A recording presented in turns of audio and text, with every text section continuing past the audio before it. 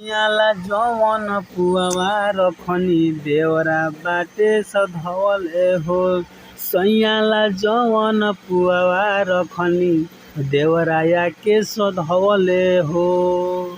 सभी दोस्तों को नमस्कार, प्रणाम। धर्मेंद्र चौधरी ऑफिशियल में स्वागत है दोस्तों। आज मैं होली का एक लहार लिखा हूँ, आप लोग सुनिए और ज़रूर बताइए कैसा है। दोस्तों आज होली का अंतिम दिन है, आप लोग सुनिए, अपना आशीर्वाद प्यार दीजिए। धर्मेंद्र चौधरी ऑफिशियल को सपोर्ट कीजिए। किसी भाई को सॉन्ग लिखवाना है तो आप हमसे कांटेक्ट कर सकते हैं, कम से कम चार्ज में आपको लिख के मिल जाएगा।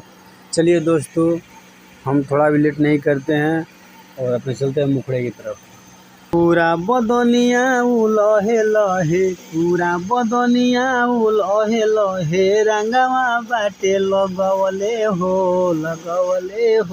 सैयाला जवन पुआवा रखनी, सैयाला जवन पुआवा रखनी देवराया के सधवले हो। सैयाला जवन पुआवा रखनी देवराया के सधवले हो। पूरा बदनिया लहे लहे, पूरा बदनिया लहे लहे, और रंगवा बाटे लगवले हो।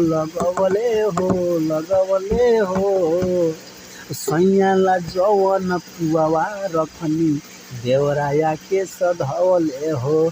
सैयाला जवन पुआवा रखनी आके देवरा सधवले हो। और कहतिया भौजाई का कि बड़ा शौख लागल सैया के खियाई, परदेसी बलमुआ के मन से मनाई। बड़ा शौख लागल सैया के खियाई, परदेसी बलमुआ के मन से मनाई। और ही कहते का हर के लहुरा देवरवा माने नहीं, लहुरा देवरवा माने नहीं, मोनो के साध पुरवले हो।